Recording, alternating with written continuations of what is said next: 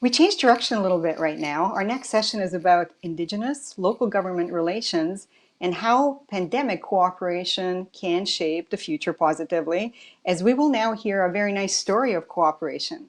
The City of Kamloops and Kamloops Kiswapim Nation have over 125 years of shared history with many discussions and joint initiatives during that time. In recent years, the relationship has grown close with a genuine desire to support each other and the greater communities. Our presenters today are Chief Rosanne Cookby of the Kamloops Kiswapim Nation and Tammy Robertson, External Relations Manager from the City of Kamloops. Waiko Cookby Rosanne Casimir of the Kamloops Kiswapim. I am honored to be here with Tammy Robertson to share our story and the rich history that we have working together during the precedented and unprecedented times as a local municipality and a local First Nation. We will be sharing a bit of our history, our current relations, challenges, and share how this historical pandemic event has brought us even closer. I wanted to acknowledge that we are sharing our story from the unceded ancestral traditional lands of the Kamloops Kiswapim within Kiswapim. From my First Nation, these lands have sustained our people for generations. At TTS, we have governed ourselves through our own laws based on honoring the lands, the water, air, plants, and wildlife, and upholding our ancestral knowledge and values. My role as a chief, I wanted to share, is in the responsibility of the community's welfare and in search for opportunities and in the awareness of challenges that we face as First Nations. I am committed to being the best that I can be, and I take a lot of honor, pride, and respect and integrity in advancing my community's initiatives and collective voices and creating and establishing positive relationships, and look forward to sharing our story with all of you here today. Thank you, Cookby Rosanne. I'm humbled and honored to be presenting to this group with my good friend and respected chief, Cookby Rosanne Casimir. The opportunity to share our learnings and experience, particularly in these challenging times, is a story I am so very proud of. I'm hopeful that we can provide some thoughts and ideas that may be beneficial to you. So we are very proud of our relationship and wanted to share some examples of that commitment. Each of those documents that you see before you are documents that are written and endorsed by our respective municipality and our First Nation. They date back to the mid-60s to very recent. These agreements include the recognition of TTS's and its connection to the territory and the importance of a relationship that is built on mutual trust, respect, and commitment. And that commitment brings us to meeting annually to address matters of mutual concern and to further cooperation on any such matters that require collaboration in each of our respective communities. As Cookby Rosanne noted, there is a solid history of our efforts to work together. As she also mentioned, each of these agreements or protocols included the commitment to meet. And in my view, this has been a critical element to our success. In my experience, every meeting has been respectful, but not always easy. However, if we didn't have these conversations, we wouldn't have learned each other's perspective, what's important and why. And once we know, we have worked together to find a way through.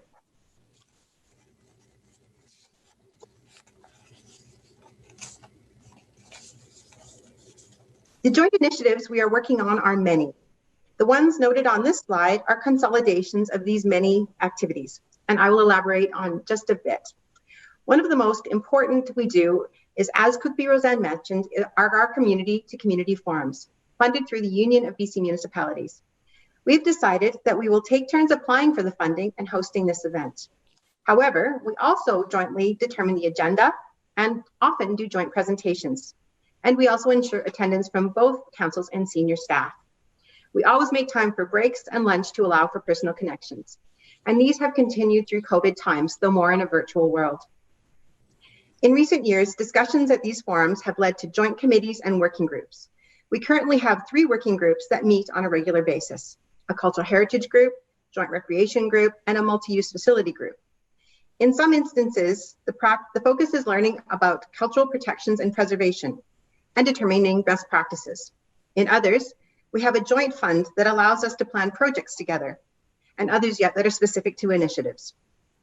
We also both make a concerted effort to share information with each other and seek input on a variety of plans our governments are working on, including neighborhood plans, transportation plans, agricultural plans, community plans, just to name a few.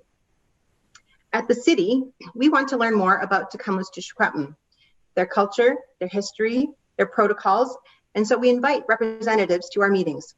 One of the most beneficial and widespread ways to do this is through the city's full management meetings, which are about 100 people strong. We've had presentations from TTS councillors and staff to learn about land claims, rights and title, and approaches and protocols, which have been well received and appreciated. And I included the last point on this slide because it's something I think is super cool. The city is working with TTS's Language and Culture Department to organize Chukwet Machine language lesson. Late last year, we hosted a voluntary language lunch and learn, which was led by TTS's department manager. We had 36 members of council and staff participate in this introductory lesson. From that, we worked together to offer a 10-week language course through the city's activity guide. We now have 7 city staff and 5 members of the general public currently taking this course, which I think is a good statement about our commitment to learn about the culture and history through language. And it also supports the Truth and Reconciliation's focus on language and culture. Excellent. Thank you, Tammy. We definitely do a lot of areas within our respective governments that have built many positive relationships. And I'm going to add a few more examples within that relationship. And, it includes events such as tourism opportunities, which includes representation from either community. For example, at TTS here, we invite the City of Kamloops representation to participate in National Indigenous Peoples Day, to participate in our Kamloops powwow, and also to celebrate in any of our successes that we have here within our reserve. And most recently, we just celebrated the completion of our North Reservoir, which is a water infrastructure program that's going to service some unserviced land. Within the City of Kamloops, we're always honored to go and participate in the Canada Day celebrations and the Kamloops Pride Parade and many of the various ribbon cutting ceremonies as well.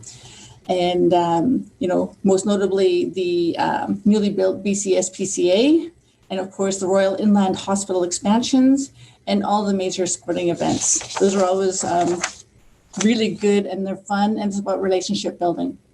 I was also honored here to be receiving this award with Tammy for growing Indigenous Local Government Award, as it showcased our relationship and our commitment and recognizing, working and celebrating together.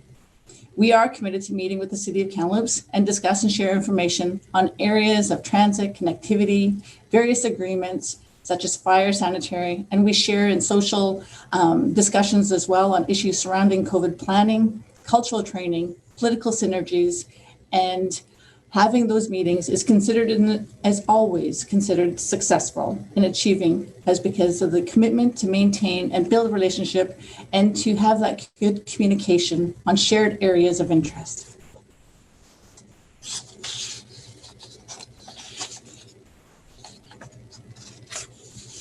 These are a few examples of the agreements that we have with the City of Kamloops.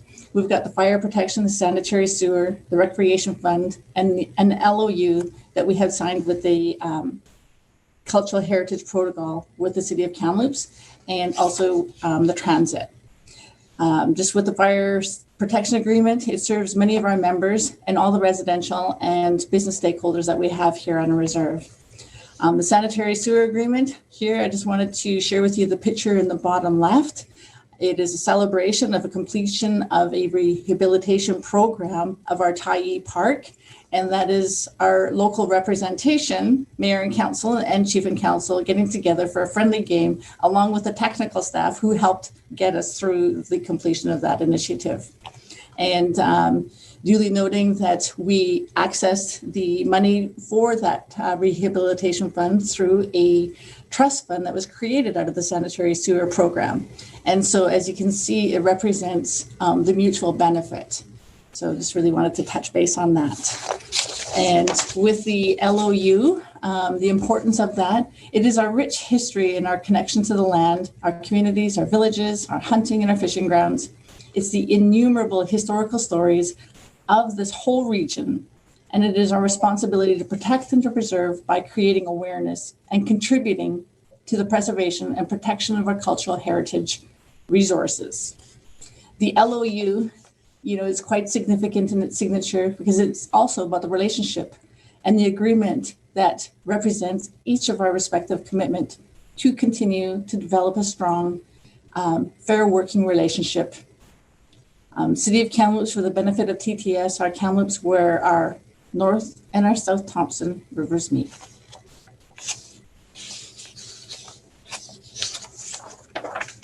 As much as I would like to make this solely a positive story, and it truly is, that would not be an entirely accurate depiction.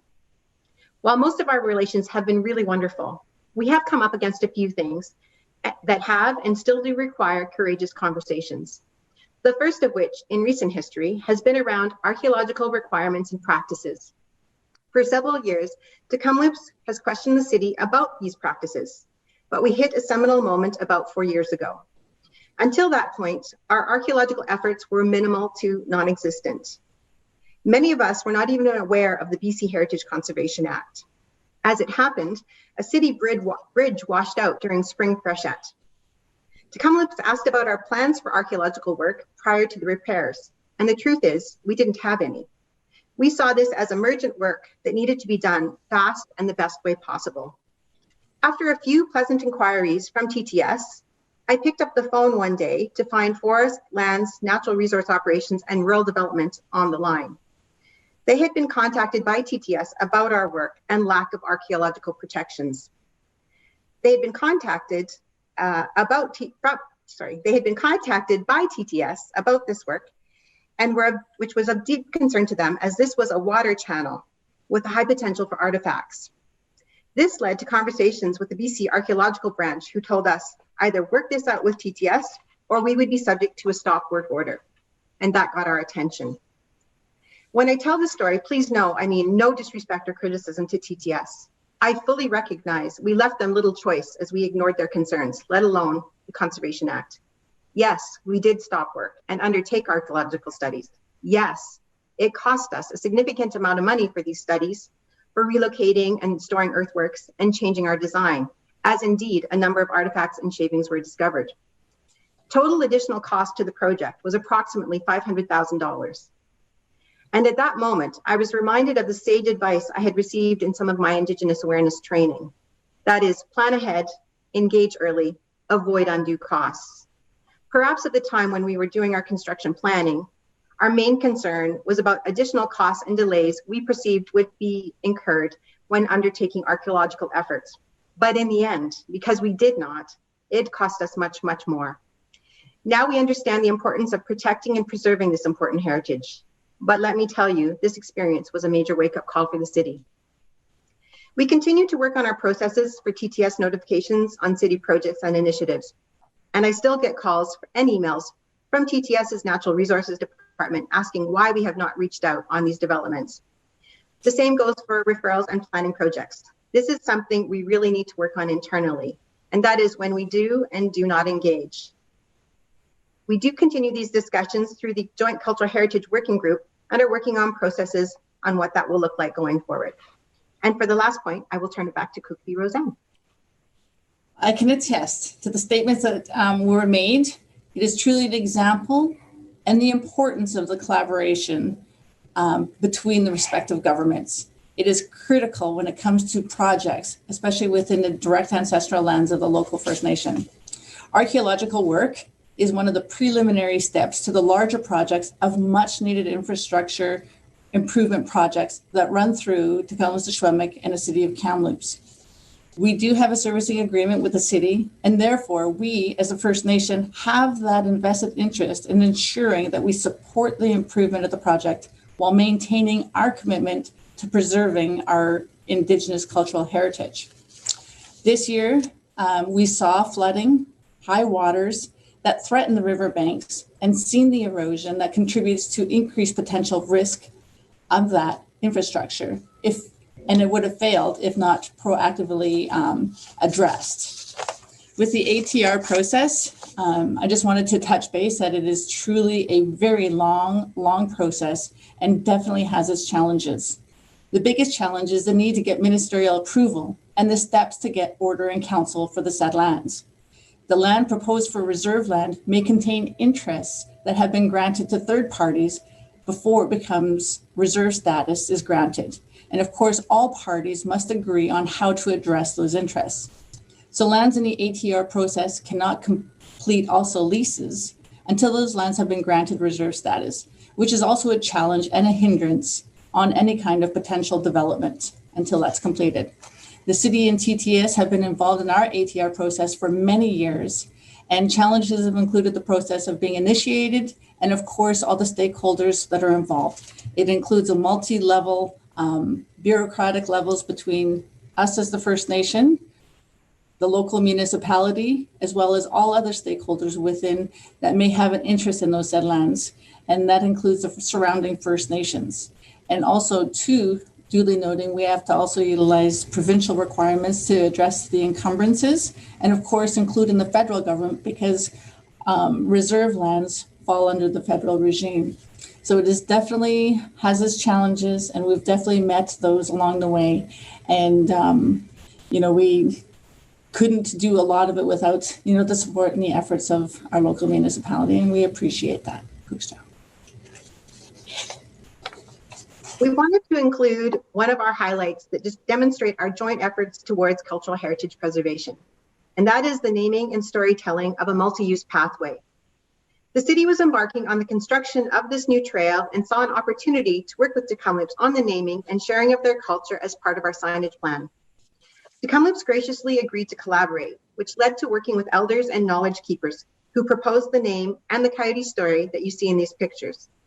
In the top left, you see the grand opening and media event. On the top right, you see an Instagram post done by a local daycare that took their children to the trail shortly after opening, specifically to seek out the history of the trail. And as for the bottom slide, I will turn this back over to Cookpee to describe. Excellent, thank you.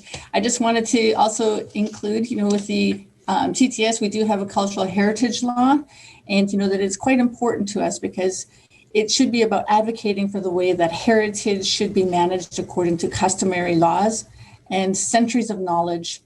And also too, that the cultural heritage law should not only focus on protecting the heritage of the past, but should also equally concentrate on the focus of revitalization, promotion, and education of heritage for future generations. And I wanted to touch base on the day of Sukantuk.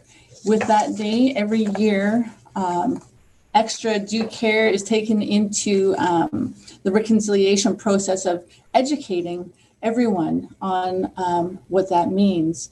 And it's about incorporating and acknowledging one another. And it's also about celebrating everyone and respecting that. And it's an initiative that recognizes and acknowledges First Nations culture and language and history. Another example of cultural heritage preservation was done during the upgrade of a major roadway and utilities in downtown Kamloops. Planning for this construction began when we were well into improving our archaeological practices. So due to the location of this project, we knew there was a high potential for archaeological finds. To prepare for this, our archaeological team and TTS undertook a training session with city staff and contractors on chance find procedures, which were in accordance with the TTS's ancestral remains policy. This gave the construction team more confidence that they knew what to do should something be uncovered. And sure enough, remains were discovered. When that did happen, the crew stopped work and immediately contacted TTS, our archaeologists, and the RCMP team. Fencing was installed and security was put on site to protect the area until the remains could be respectfully removed. Due to adherence to these protocols, city staff and our contractor were invited by TTS to attend the burial ceremony on their lands, which was greatly appreciated and was very meaningful to all. A key part of this story is that due to the pre-planning, our staff and contractors knew what to do. TTS policies were followed and proper respect was given to their ancestors. In addition, the city avoided unnecessary costs and delays as the project was able to continue around the secured area until the remains were respectfully removed. Excellent. And I'll just touch base that, to me, this is a prime example of that collaboration and respect for cultural heritage and preservation. And of course, the importance of having that collaboration between our Natural Resource Department and archaeological work and working with the City of Kamloops with any of the major projects that occur. And this year is an excellent infrastructure initiative that exemplifies exactly what was stated throughout our presentation.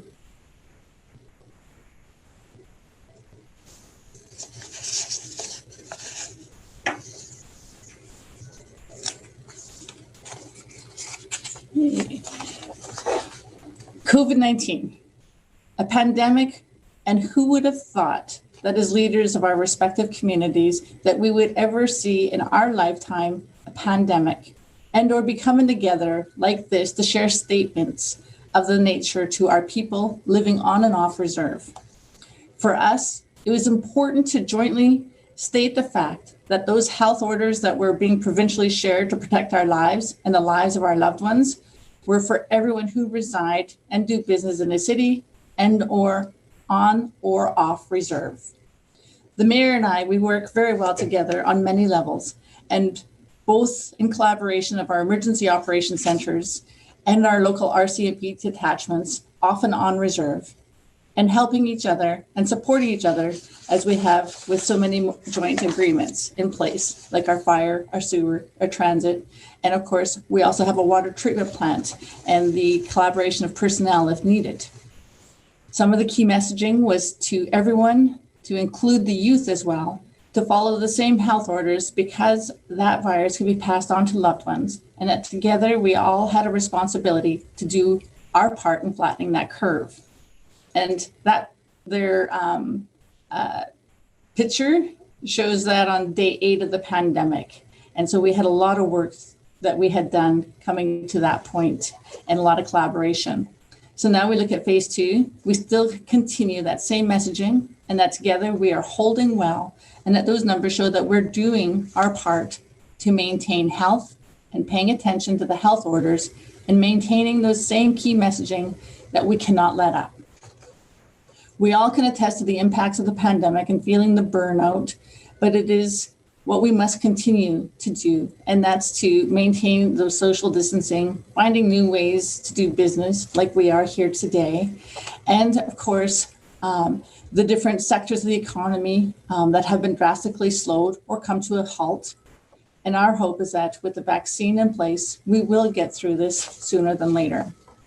Within our organization, I know that we've laid off about 35% of our staff. Many of them have come back because with the extra demand on our non-essential, with the extra demand on our essential services have drastically increased. And we're also looking at, we also did eviction freezes, rent freezes, looked at ways to deal with food sovereignty. We've seen shortages and we had to find new ways of, helping our people be informed and how to deal with that. And even seen many of our members take in gardening this year, and we supported those initiatives. And now we're looking at the social issues that have come as with the pandemic, it's taking a toll on mental health. And, we're increasing our services to ensure that there are outreach programs that are in place to support. In phase 2, we did bring back the staff, been hiring and seeking full-time positions. And right now, we can attest that 90% of our staff are working from home. And, with the ease of virtual navigation, and it's definitely a new way of doing meetings, and it's working. We're making it work. We are definitely being fluid and taking heed to where we came from the phase 1 of the pandemic and the working crisis mode to now this year platform of virtual meetings, virtual gatherings, and virtual conferences. In addition to Cookby's comments, I'd like to share the priority the city placed on sharing our information with Kamloops, such as internal communications we gave to city staff and to the broader community, our decision-making processes for service reductions and facility closures, and how we were supporting residents and businesses. I'd also like to add the city's appreciation and learnings from TTS, particularly on their efforts to support their community members, often on a very personal level.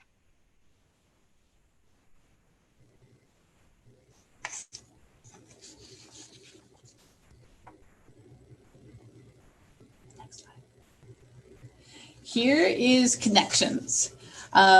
This year, I'm very proud to share this. Both Tammy and I, we can attest to each and every single one of these photos that we're sharing. It's about relationship, it's about that commitment, and it's about governments coming together and sharing in common interests and working together in that collaboration. And each of those you can see us smiling, and that's because of our shared interest, our collaboration, and the respect that we have for one another to achieve and accomplish what we need to for our respective communities and working together.